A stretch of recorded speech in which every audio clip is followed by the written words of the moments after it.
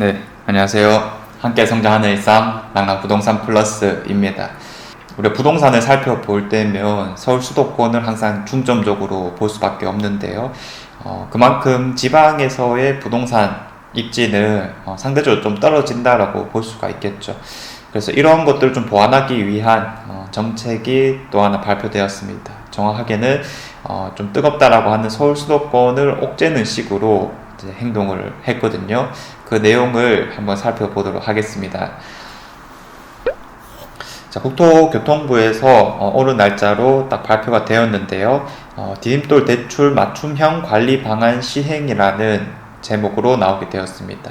자, 그래서 이 사건의 배경이 무엇이었느냐라고 하면은 지난 국정감사 때요, 대출의 총량을 조금 줄이는 식으로 행동을 하겠다라고 했고요. 이때 질의가 나왔던 게, 그러면 상대적으로 지방은 더 위축될 수 있는 거 아니냐, 안 그래도 서울 수도권은 몰려있는 이런 집중도를 이제 차등적으로 규제하지 않으면 양극화 현상이 더더욱 나타날 수밖에 없다라는 것이었고요. 한국은행 총재도 이에 동감을 해서 그러면 지방과 수도권은 차별적으로 할 생각이 있다라는 표현을 실제로 하기도 했습니다. 자, 그래서 좀 기대를 하고 있던 상황이었는데 이번 디딤돌 대출 관리 방안이라는 이름으로 나오게 되었었고요. 주요 핵심 내용을 한번 살펴보자면요. 반공제를 면제하고, 그리고 후치 담보 조건으로 미등기 아파트 담보 대출하는 신규 대출은 앞으로 원칙적으로 제한한다라는 겁니다. 그래서 디딤돌 대출하는데 이 두 가지 경우는 앞으로 제외시켰다. 그 말은 반공제를 할 것이고 미등기 아파트는 디딤돌이 안 된다라고 이야기를 하는 겁니다. 자, 그래서 이 계산을 시뮬레이션 한번 돌려봤더니 경기도 과밀 억제 권역이라는 표현이 있거든요. 그러면 우리가 흔히 알고 있는 수도권의 대부분 지역들이고요. 거기에 인천도 포함이 되는 곳입니다. 그래서 5억 원 아파트를 구입하는 경우 어떻게 되느냐. 기존에는 70%까지 대출을 받았을 때 3.5억 원 정도 대출이 가능했었는데, 앞으로는 어떻게 변경이 될 거냐면 이 70%에다가 반공제, 우리가 흔히 소액 임차인 범위라고 얘기를 하는 거거든요. 이게 뭐냐, 경매 같은 것을 당했을 때 맨 먼저 빠지게 되는 배당 1순위 요건입니다. 그래서 임차인은 임차인인데 소액으로 살고 있는 임차인이 현재 날짜를 기준으로 대출을 받게 되면 요 정도 금액은 가장 먼저 받아가는 거거든요. 그래서 이거는 언제 어떤 순위로 받았느냐가 중요한 게 아니기 때문에 이렇게 반공제를 실시하는 모습입니다. 그래서 기존에 3.5억 원 받을 수 있는 게 거의 3억 수준으로 떨어졌다 보니까 5억 원을 기준으로는 5천만 원까지 못 받게 되었다, 이렇게 표현할 수 있겠고요. 이 반공제 금액은 사실 같은 지역일 때는 다 동일한 요소이다 보니까 10억짜리를 대출받아도 4,800만 원 빠지고요. 3억 5천짜리 대출받아도 4,800만 원 똑같이 빠지기 때문에 적은 금액을 대출받으려 할수록 좀 불리한 요건이다, 이렇게까지 해석을 해볼 수 있겠습니다.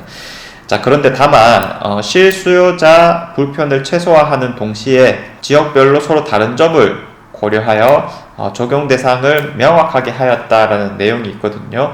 그래서 지방에는 적용하지 않는다라는 내용이 있고요. 그 밖에 신생아 특례 대출과 전세 사기 피해자도 배제한다라고 했습니다. 아까 말했던 반공제가 적용되지 않는다라는 뜻이 되겠고요. 그리고 미등기 담보 대출도 배제한다라는 내용이 되는 거겠죠. 자, 그래서 3번에 이런 내용이 있는데, 세계 최초 같은 경우라면 반공제를 적용하겠지만 역시 지방에서는 조치 적용을 배제한다. 그래서 지방에서 세계 최초인 경우에는 역시 반공제가 아니라 적용을 배제하기 때문에 80% 그대로 받을 수 있다라는 거고요.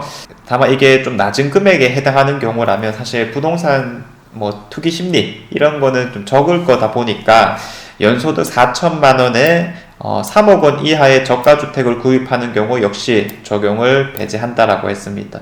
그래서 적용 배제하는 게 크게 세 가지가 있는데, 이 지역별, 지방에 해당하는 경우가 되겠고요. 그리고 신생아 특례가 두 번째가 되겠고, 마지막으로 3억 원 이하의 저가주택, 요거 세 개가 디딤돌 대출에 있어서는 예외적으로 대출이 된다, 이렇게 보시면 되겠습니다. 그래서 지방은 뭐 불균형을 좀 해소하기 위해서, 신생아 특례 대출은 저출생 현상을 좀 완화시키기 위해서, 그리고 3억 원 이하 저가주택은 너희 실수요자나 이렇게 이야기를 하는 겁니다. 자, 그래서 지금 정부가 가장 우려하고 있는 것은 부동산과 관련된 여러 가지 규제나 정책들이 나왔을 때 이게 혹시나 투기 심리라든지 집값을 자극하지 않도록 하는 장치들을 많이 걸고 있습니다. 지금 환율이 계속 높은 상태로 이어지고 있잖아요. 그래서 금리를 사실 내리는 거는 상당히 좀 힘든 상황까지 되었는데, 이게 뭐 아직까지는 뭐 어떻게 확실히 흘러간다라고 예상하기 힘든 게, 내수 경제를 좀 살려야 되는 취지도 분명하게 있단 말이죠. 그래서 이런 균형들을 잘 맞춰 나가야 되는 건데, 혹시라도 금리가 떨어지게 되었을 때는 이런 총량을 막지 않는 이상 수도권 가격이 인상되는 것은 불보듯 뻔하다라고 하는 해석들이 가능하게 될 거고요. 자, 그래서 이런 정책이 지방을 살리는 느낌보다는 결국 수도권을 조금 죽이는 식으로 행동을 하는 방향성입니다. 자, 그런데 뭐 내년 초에 이런 정책 자금 대출 다시 한번 풀리게 되고 제한하는 기간이 조금 길어지게 되었을 때는 분명 주요한 지방 광역시 입지 안에서는 실수요자들이 분명 움직여 나갈 수 있는 시장이다 보니까 조금 호가가 높아진 상황에서 그 뒷받침되는 실거래가들이 뜰 수 있는 상황이 되었다, 사실 이렇게 판단을 하고 있고요.